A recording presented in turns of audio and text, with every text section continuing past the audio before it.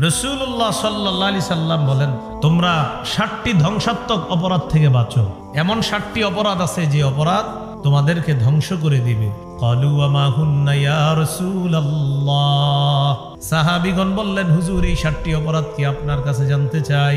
নবীজি বললেন, 1 নাম্বার আশ-শিরকু বিল্লাহ, আল্লাহর সাথে শিরিক করা। বলেন, আল্লাহর সাথে কি করা? শিরিক করা নিষেধ, শিরিক করা যাবে না। আজকে আপনারা একটা মাহফিল করছেন, মাশাআল্লাহ, তাফসীরুল কোরআন মাহফিল। এখন এই জায়গায় মনে করেন আবার এরকম একটা মাহফিলের নাম দিয়ে কেউ শিরিকের কাজ করলো। কিসের কাজ করলো? নাম দিছে কি? বলেন না কি দিছে, কিন্তু কাজ করছে কিসের? শিরিকের। হলো? আরে বলেন না সবাই, হলো কাজটা? তাহলে শিরিক নিজেরা করব না, করতে দিব না। বলেন, নিজেরা করব না, কি করতে দিব না, এটাতে রাজি আছেন? তাহলে এই কালীগঞ্জ কোথাও যদি শিরিকের কর্মকাণ্ড হয়, ওলামায়ে কেরাম যদি বাধা দিতে চায়, সবাই একসাথে আলেমদেরকে সহযোগিতা করবেন ইনশাআল্লাহ। তাহলে শিরিক সমাজ থেকে দূর করতে হবে। নিজে শিরিক করব না, পরিবারের কাউকে শিরিক করতে দিব না। সমাজে শিরকি কোনো আস্তানা কর্মকাণ্ড থাকলে সেই শিরকি আস্তানা আমরা দূর করার চেষ্টা করব।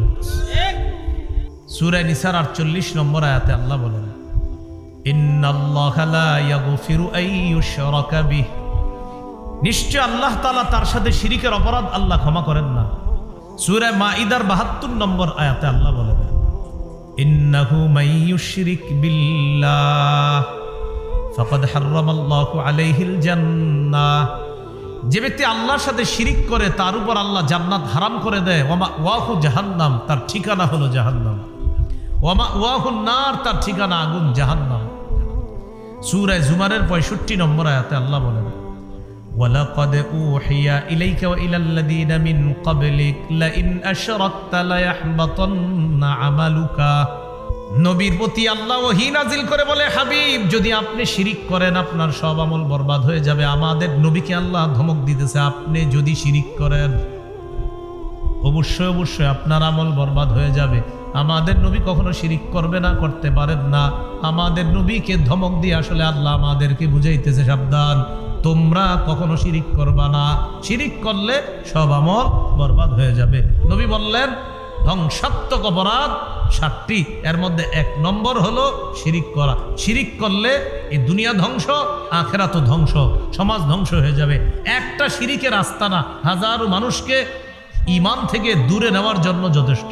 হাজারো মানুষ, একটা শিরিকের আস্তানা। কিন্তু সমস্যা হলো আমাদের বাংলাদেশে শিরিকের আস্তানা নিয়ে কিছু বললে, মানে শিরিকের বিরুদ্ধে বললে একদল বেদাতি রাস্তায় নেমে যায়, তারা আল্লাহর ওলির বিরুদ্ধে। কার বিরুদ্ধে? আচ্ছা বলেন তো, শিরিকের বিরুদ্ধে আর আল্লাহর ওলির বিরুদ্ধে এক হইল? আমরা কি আল্লাহর ওলিদের বিরুদ্ধে না শিরিকের বিরুদ্ধে? শাহজালাল রহমতুল্লাহর বিরোধিতা কোনো আলেম করছে বাংলাদেশে? কিন্তু শাহজালাল রহমতুল্লাহর কবরকে কেন্দ্র করে শিরিক করলে শিরিকের বিরুদ্ধে আগেও ছিলাম, এখনো আছি, মরণ পর্যন্ত শিরিকের বিরুদ্ধে আমাদের অবস্থান। শিরিক করা যাবে না। এই যে কথাটা আপনারা মাশাআল্লাহ খুব সুন্দর বুঝলেন। তাহলে আমরা আল্লাহর ওলিদের বিরুদ্ধে না, আমরা শিরিকের বিরুদ্ধে। আমরা কোনো আল্লাহর ওলির কবরকে কেন্দ্র করে কেউ যদি শিরিক করে, আমরা ওই শিরক দূর করে আল্লাহর ওলির কবরকে হেফাজত করব, যেন এই কবরে কেউ শিরিক না করে। তাহলে বলেন, আমরা কি কবর দূর করলাম না শিরিক দূর করলাম? তাহলে আল্লাহর ওলির কবরের কোনো সমস্যা করলাম নাকি আল্লাহর ওলির কবরকে শিরিক থেকে হেফাজত করলাম? যেই শিরিকের বিরুদ্ধে আলেমরা বলে, একদল বেদাতি রাস্তায় নেমে যায়, হয় হুজুররা আল্লাহর ওলিদের বিরুদ্ধে। আল্লাহ হেফাজত করেন আমাদেরকে। হ্যাঁ, আমরা গাজার বিরুদ্ধে। কোন মাজার কবরকে কেন্দ্র করে কেউ যদি গাঁজা সেবন করে, সে গাঁজার বিরুদ্ধে আমরা। এখন ওই গঞ্জিকাময় পরিবেশের বিরুদ্ধে আলেমরা যখন কথা বলে, সে গাঞ্জাখুররা রাস্তার মধ্যে নাইমা বলে হুজুররা আল্লাহর ওলির বিরুদ্ধে। হুজুররা বিরোধিতা করলো গাজার, বললো তাদেরকে বানায় দিল আল্লাহর ওলির বিরুদ্ধে। তাহলে ধ্বংসাত্মক অপরাধ কয়টি? 60টি।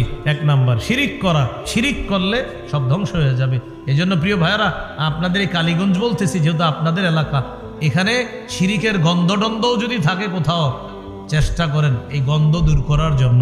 বিশেষ করে মুসলমান যারা আছি, এই মুসলমানদের মধ্যে যদি কোনো শিরিকের গন্ধ থাকে, সেটা দূর করার চেষ্টা করেন। আপনি যদি বলেন হুজুর আমি সেখানে যাব না, হবে না। কারণ শিরিকের গন্ধ দূর না করলে সেই গন্ধ ছড়াবেই ছড়াবে। বন্ধ দূর করতে হবে। আল্লাহ আমাদেরকে বুঝার তৌফিক দান করেন। 2 নাম্বার,